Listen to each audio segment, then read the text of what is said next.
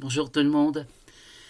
Aujourd'hui, j'aurais aimé vous parler un petit peu bah, de, de quelques anecdotes qui se sont produites lorsque je travaillais à la maison de repos il y a une vingtaine d'années. Alors déjà, il faut que je pose, que j'explique ce qu'était une maison de repos, parce qu'on n'en voit plus maintenant. C'est l'ancêtre des SSR, soins de suite et de réadaptation, ou de rééducation, ça dépend des endroits. Euh, dans ces maisons de repos, c'était pas forcément médicalisé tout le temps, hein. Et donc, cette maison de repos-là en particulier, elle existait depuis très longtemps. Elle était tenue par des religieuses. Et à un moment donné, elle a été vendue à la clinique dans laquelle je travaillais à cette époque-là. Alors, elle a été vendue parce que, en fait, vous savez, tout est régulé au niveau départemental. À l'époque, c'était pas l'ARS, mais enfin, c'était ça. Enfin, il y avait un certain nombre de lits dans le département qui devaient correspondre au SSR et tout ça. Donc, les lits de la maison de repos, la clinique voulait les rapatrier dans son SSR qui existait déjà d'ailleurs. Et donc il devait faire des travaux, il devait agrandir le SSR et récupérer en fait les lits de cette maison de repos. Donc ils avaient racheté ça aux religieuses, mais sachant que c'était pas tout à fait la même chose.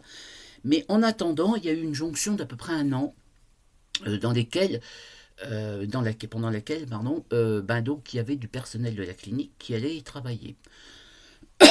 Donc moi, entre autres, hein, comme je voulais passer de jour parce que Gabriel avait fait des problèmes importants, donc il fallait que je sois de jour, mais en même temps, il fallait que je sois à mi-temps, machin, tout ça. Bon, bref, c'était un peu compliqué. Et comme la maison de repos se situait on va dire, même pas 1 kilomètre de chez moi, c'était plus pratique. Donc, comment on travaillait? On travaillait en coupure. Donc on venait le matin, c'était vers 7h30 il me semble, ou 8h, je me rappelle même déjà plus, ça remonte à loin. On finissait donc après le déjeuner, hein, vers midi et demi, 1h, et on revenait le soir, au moment du repas, enfin vers 6h par là. Il y avait quelques soins, et puis après c'était le repas, et on donnait les médicaments, puis on rentrait. Donc là, il se trouve que je travaillais pour un 31 décembre. On en reparlait l'autre jour avec mon mari, ça m'a remis ça en tête. Je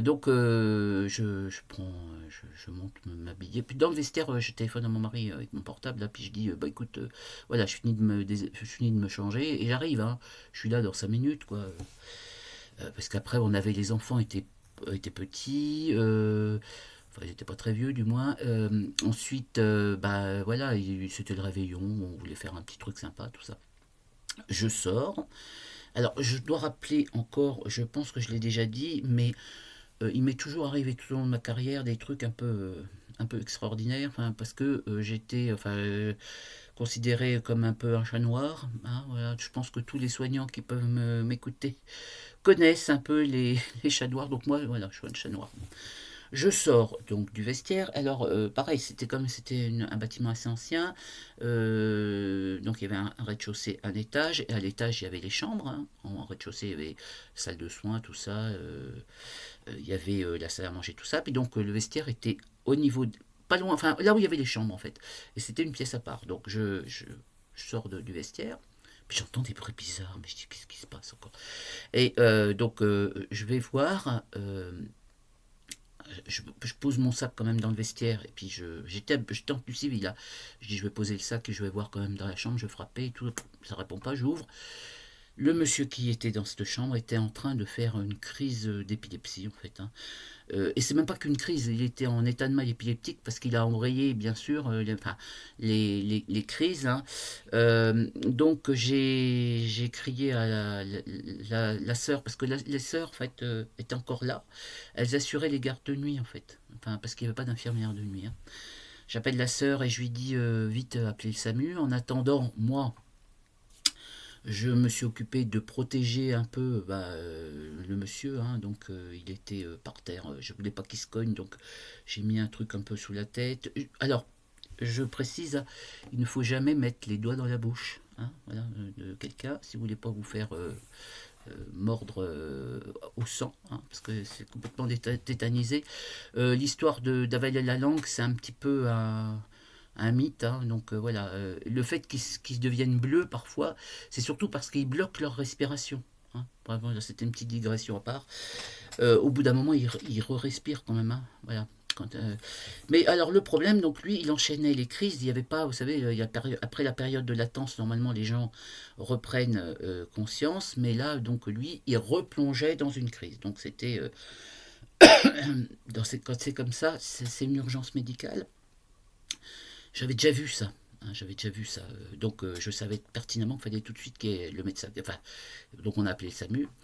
Et puis, bon, la sœur, elle était en panique. Elle avait, moi, évidemment, comme j'avais déjà vu, bon, voilà. Et arrive. Je rigole parce que là, c'était le petit truc, un peu, le pitch un peu amusant, entre guillemets. Arrive le SAMU et le médecin, enfin, qui était là, évidemment, il était déjà venu, peut-être 3 semaines avant, pour encore un problème que je vous raconterai peut-être une autre fois.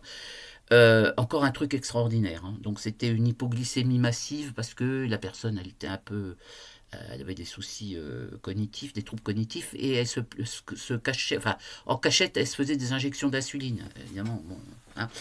Et bon, bref, donc il me voit, il me dit encore vous, ben, je dis oui, encore vous, encore moi, mais encore vous aussi. Enfin bon, et c'était pendant les fêtes de fin d'année, quoi.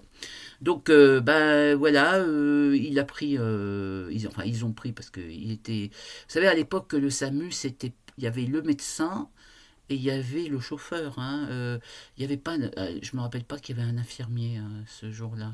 C'était le médecin, enfin, comme quand moi j'avais connu quand j'avais fait mon stage. Voilà.